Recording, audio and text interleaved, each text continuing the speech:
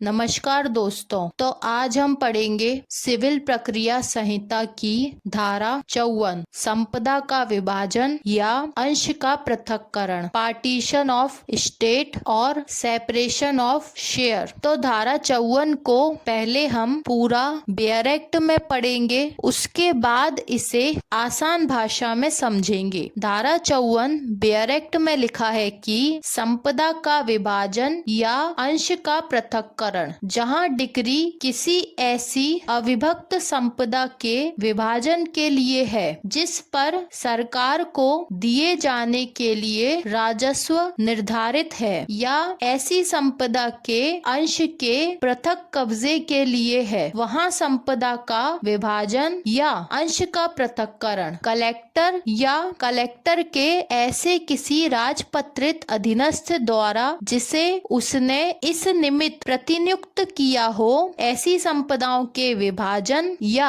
अंशों से पृथक कब्जे से संबंधित तत्समय प्रवृत्त विधि यदि कोई हो के अनुसार किया जाएगा। तो अब हम धारा 54 को आसान भाषा में समझते हैं। तो धारा 54 पढ़ने से पहले हम इसके टाइटल को समझ लेते हैं। धारा 54 का टाइटल है संपदा का विभाजन या अंश का पृथक्करण। इसका मतलब है कि संपदा यानी संपत्ति का विभाजन मतलब बंटवारा, या अंश यानी हिस्से का पृथक्करण मतलब अलग किया जाना। तो इसे आसान भाषा में कहेंगे संपत्ति का बंटवारा या हिस्से का अलग किया जाना। तो धारा 54 में हम यह समझेंगे कि संपत्ति के बंटवारे और संपत्ति में से हिस्से का अलग किए जाने के लिए पारित डिक्री का निष्पादन किस प्रकार से किया जाएगा और उसके लिए क्या प्रक्रिया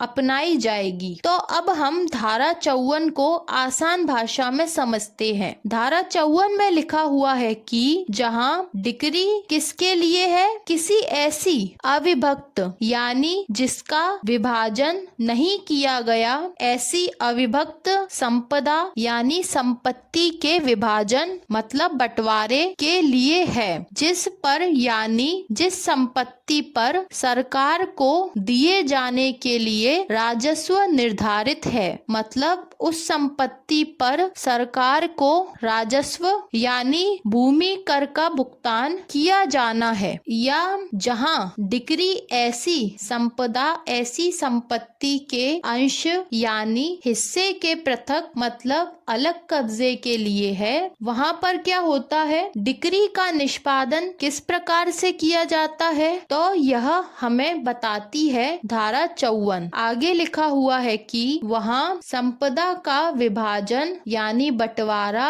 या अंश का पृथक्करण मतलब संपत्ति के किसी एक हिस्से का अलग किया जाना किसके द्वारा किया जाता है, कलेक्टर या कलेक्टर के ऐसे किसी राजपत्रित। तो राजपत्रित अधिकारी वह अधिकारी होता है जिसे सरकार या सरकार के आदेश पर कलेक्टर ने इस उद्देश्य के लिए नियुक्त किया है। ऐसा व्यक्ति राजपत्रित अधीनस्थ कहलाता है। अधीनस्थ का मतलब होता है उसके अधीन कार्य करने वाला अधीनस्थ अधिकारी, जिसे उस कलेक्टर ने इस निमित्त मतलब यह कार्य करने के लिए प्रतिनियुक्त यानी नियुक्त किया है। तो उस कलेक्टर के द्वारा या कलेक्टर के ऐसे राजपत्रित अधिकारी द्वारा ऐसी संपदाओं मतलब संपत्तियों का विभाजन या अंशों के पृथक मतलब अलग कब्जे से संबंधित तत्समय यानी उस समय प्रवर्त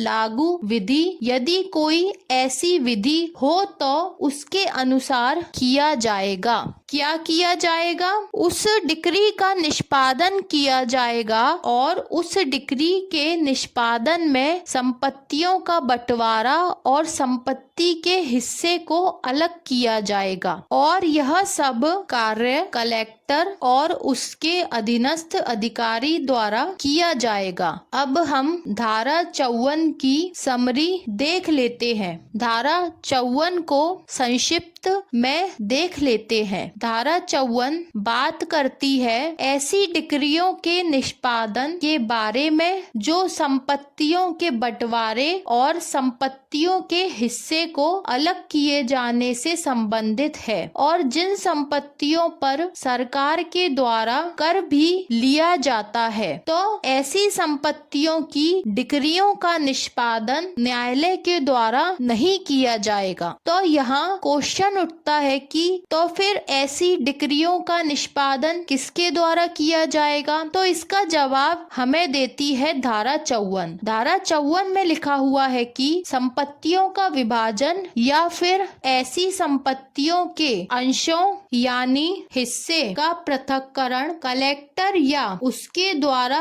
इस हेतु यानी इस कारण के लिए नियुक्त किया गया कोई राजपत्रित अधिकारी द्वारा किया जाएगा। लेकिन कलेक्टर या ऐसा राजपत्रित अधिकारी संपत्तियों के विभाजन या संपत्तियों के अंश का पृथक्करण अपनी मर्जी से नहीं कर सकते। इसके लिए यदि उस समय कोई विधि, कोई नियम, कोई कानून लागू हो तो उसके अनुसार ही संपत्तियों का विभाजन या संपत्तियों के अंश के पृथक्करण से संबंधित डिक्रियों का निष्पादन किया जाएगा। तो संपत्तियों के बंटवारे और संपत्तियों के हिस्सों को अलग करने से संबंधित डिक्रियों के निष्पादन की यह प्रक्रिया हमको पढ़ने को मिलती है सिविल प्रक्रिया संहिता की धारा 54 में। तो आज के लेक्चर में हमने समझा सिविल प्रक्रिया संहिता की धारा